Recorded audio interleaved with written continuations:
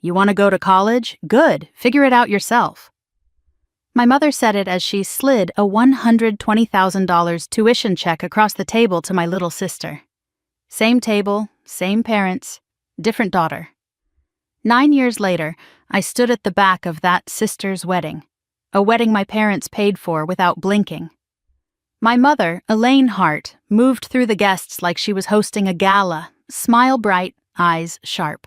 She leaned to my father and whispered, "Why does it feel like something's missing?" Then she looked straight at me, May 2008. I was 18, 11 days from graduation, holding a folder. Scholarship letter, tuition breakdown, a budget with one ugly number circled. The gap was $62,000. I'd rehearsed the ask until my mouth went dry. My sister Tessa texted under the table.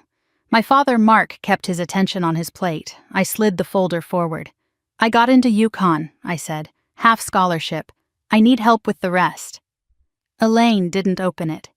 "Leah, you need to learn independence." "You're paying Tessa's full tuition," I said. "Tessa has potential that needs nurturing," she replied, folding her napkin like a final curtain. "You're resilient." I looked at my father. His fork stopped. His eyes stayed down. Silence made the decision for all of us. That night, I packed one suitcase. At 5:14 a.m., I set my house key beside the coffee maker so she'd find it first. No note. No more explaining. Now, at the wedding, the groom, Caleb Merritt, laughed at the bar, oblivious. My father's torn paper message burned in my clutch. "Please come, Leah." I breathed in, tasted champagne and old hurt, and stepped forward, knowing whatever was missing tonight had my name on it. The last time I'd heard Elaine's voice was through a dorm wall echo. "You made your choice." Then the line went dead. After that, my world shrank to bus routes, shift schedules, and whatever food I could carry in my backpack. I paid for school in fragments. Dishwashing, tutoring, cleaning lecture halls before dawn. Dr. Miriam Whitaker caught me nodding over a lab report and handed me a list of paid research posts. "Don't trade your body for tuition," she said.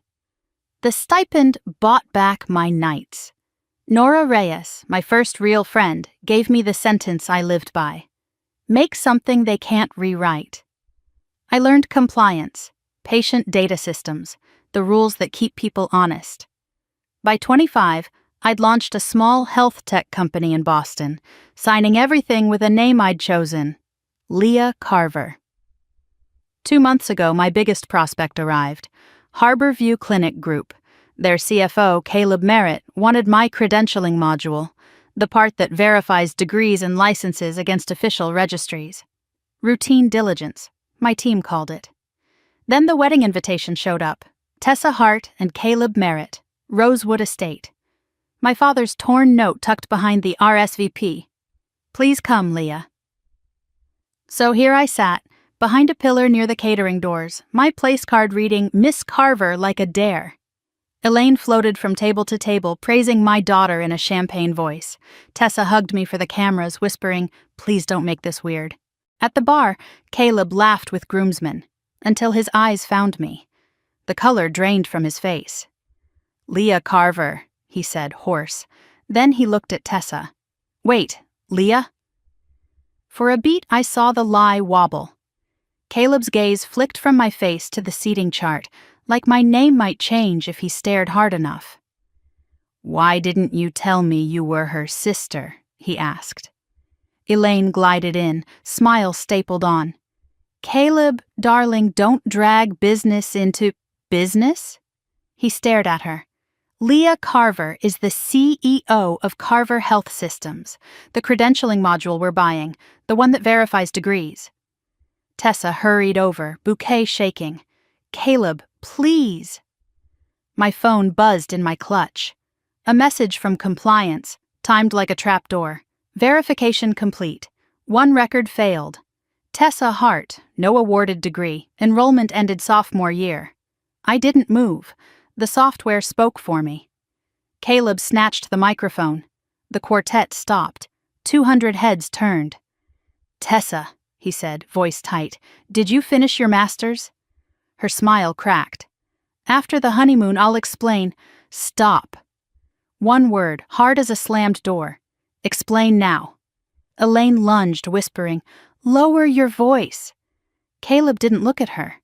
You built a career on a credential you didn't earn. You built a marriage on that same lie. Tessa's knees folded. Satin pooled on stone.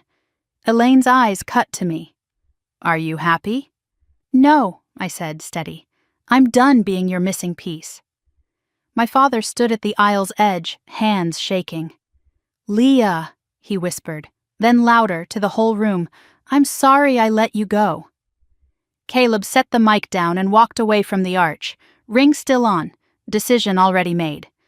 Guests parted like water. I pressed my father's torn note into his palm and left with my back straight, my life finally mine.